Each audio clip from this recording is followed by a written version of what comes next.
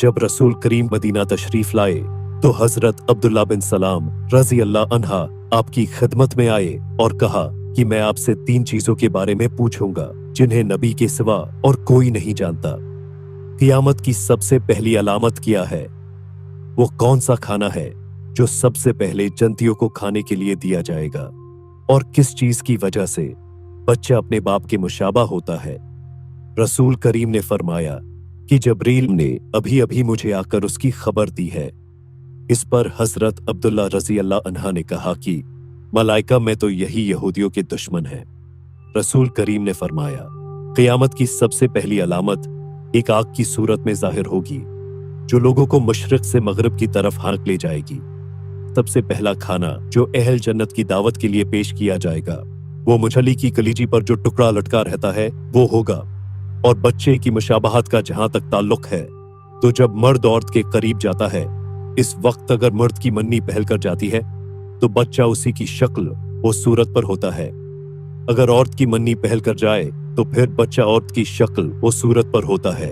ये सुनकर हजरत अब्दुल्ला बिन सलाम रजी अल्लाह अन्हा बोल उठे, मैं गवाही देता हूं कि आप अल्लाह के रसूल हैं। फिर अर्ज किया, या रसूल अल्लाह, यहूद अंतहा की झूठी कौम है। अगर आपके दरियाफ्त करने से पहले मेरे इस्लाम कबूल करने के बारे में इन्हें इल्म हो गया तो आपके सामने मुझ पर हर तरह की तोहमतें धरनी शुरू कर देंगे। चुनांचे कुछ यहूदी आए और हजरत अब्दुल्ला रजी अल्लाह उन्हा घर के अंदर छिप कर बैठ गए। रसूल करीम ने उनसे पूछा, तुम लोगों में अब्दुल्ला बिन सलाम कौन साहब हैं? सारे यहूदी कहने लगे, वो हम में सबसे बड़े आलम और सबसे बड़े आलम के साहबजादे हैं। हम में सबसे ज्यादा बेहतर और हम में सबसे बेहतर के साहबजादे हैं।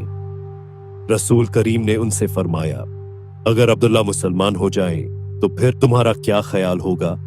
उन्होंने कहा, अल्लाह उन्हें उससे महफूज रखे।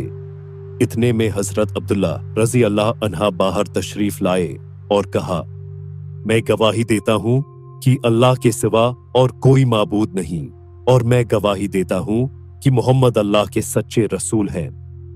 अब वो सब उनके मुतालिक कहने लगे कि हम में सबसे बदतरीन और सबसे बदतरीन का बेटा है। वहीं वो उनकी बड़ाई करने लगे। अभी